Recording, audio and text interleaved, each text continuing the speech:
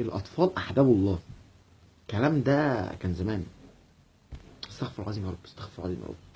بجد انا مش قصدي حاجه وحشه، بس انا بتكلم في ان الاطفال زمان، اللي هو اما كنا احنا اطفال، كنا اطفال والله يا جماعه، احنا كنا اطفال، عشنا طفوله يا لهوي، يا لهوي. اطفال دلوقتي دول يعني ازاي هم عايشين كده؟ ازاي هيكبروا كده بذمتكم؟ ازاي هيبقوا؟ دول هيبقوا الجيل الجاي خلاص، يعني ربنا يعوض علينا في الجيل بتاعنا خلاص بجد. اطفال دلوقتي جد هم نوعين. نوع تعبني جدا جدا جدا جدا، وانا مش هتكلم عن حد غريب، انا هتكلم عن بنت خالتي. دي بنت في اولى ابتدائي تقريبا او كي جي 2 حاجه كده، وحاجه كده يعني. بصوا يا جماعه، اولا هي بتتكلم انجلش، فرنش، عربي مكسر. متخيلين؟ بنت خالتي بتتكلم عربي مكسر. انا مش امريكاني، انا عربي، انا مصري من فيصل كمان. هي بقى ما اعرفش بتبقى يعني ازاي كده. مدارس انترناشونال، التابلت 24 ساعه في ايديها، الايباد، الموبايل، مع ايفون. مع ايفون، انا بصور من سامسونج اس 3، يا لهوي. اللهم زدهم، انا مش بحسدها، انا بتكلم ان الاطفال دلوقتي بقى ياخدوا حاجات احنا زمان ما كناش بنطولها. احنا زمان لما كان في مسطره بتتضرب كده على الايد تتلف، يا لهوي، ايه الاعجاز العلمي اللي احنا فيه ده. انا اول تليفون شلته كان 6020 في تانية اعدادي. عارفين يعني ايه؟ يعني انا قبل كده كنت مقضيها مع اصحابي رسايل وجوابات وحاجات كده، دي كانت حياتنا، دي كانت حياتنا. الفيسبوك ده على ايامنا كان لسه حاجه جديده، كان محدثين نعمه بالنسبه لنا، اللي هو ايه، ابعت لي اد، ابعت لك اد.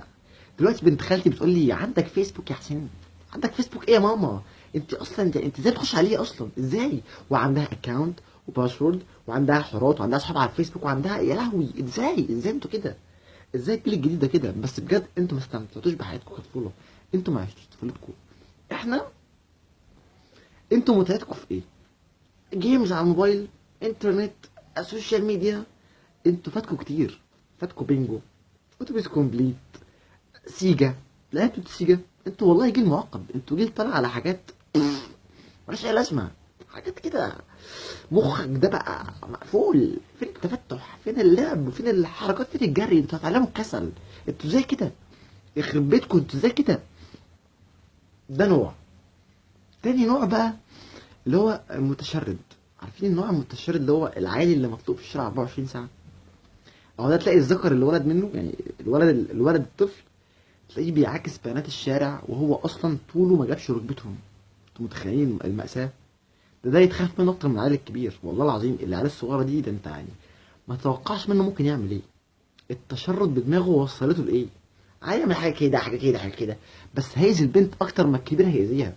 ده لازم يتخاف منه، ده ممكن يتعب طوبة وهي ماشية في الشارع، والله العظيم. حاجة تعر. اطفال متشردين. والبنت منهم، يعني البنت الطفله تلاقيها بتعاكس في ولاد عادي جدا. انا في بنت في العريش بتعاكسني كل يوم ما تشوفني فيها. ايه يا واد يا مز انت، يا واد يا مز انت، ايه انت فين اهلك انت يا بنتي؟ انت فين اهلك؟ يعني النوع الاولاني اهلهم مدلعينهم دلع اوفر. يعني حلو ان انت يبقى عارف انجلش وفرنش وكل حاجه ومعاه موبايل، بس مش كده الموبايل من صغره ده. لما يكبر ما تعرفيش هيبقى عامل ايه. ما تقولش ان هو من صغره معاه تليفون فلما يكبر هيبقى قائد مكوك فضائي ما فيش زيه. البنت الصغيره دي لما تبقى معاها الحريه دي كلها، ما تعرفش بقى ده هيبقى عندها ايه. الفريند على الفيسبوك بيعرف ده على ده على ده على ده. خدوا بالكم على عيالكم. البنات المتشرده والعيال المتشرده اللي في الشارع دول، والله خدوا، والله ما ينفعش كده، عيب. اي نعم السبكي كان سبب من اسباب انتشار البلاهه والتخلف وسط الاطفال الصغيرين دول، بس احنا كاهل لازم نراعي عيالنا وناخد بالنا منهم. مش اي حاجه تعملها يلا يا حبيبي عايش. انا كنت بتضرب زمان لما برجع البيت متاخر. دلوقتي العيال الصغير يرجع البيت متاخر، كنت فين يا حبيبي؟ كنت مع صاحبتي يا ماما، يا حبيبي مامي.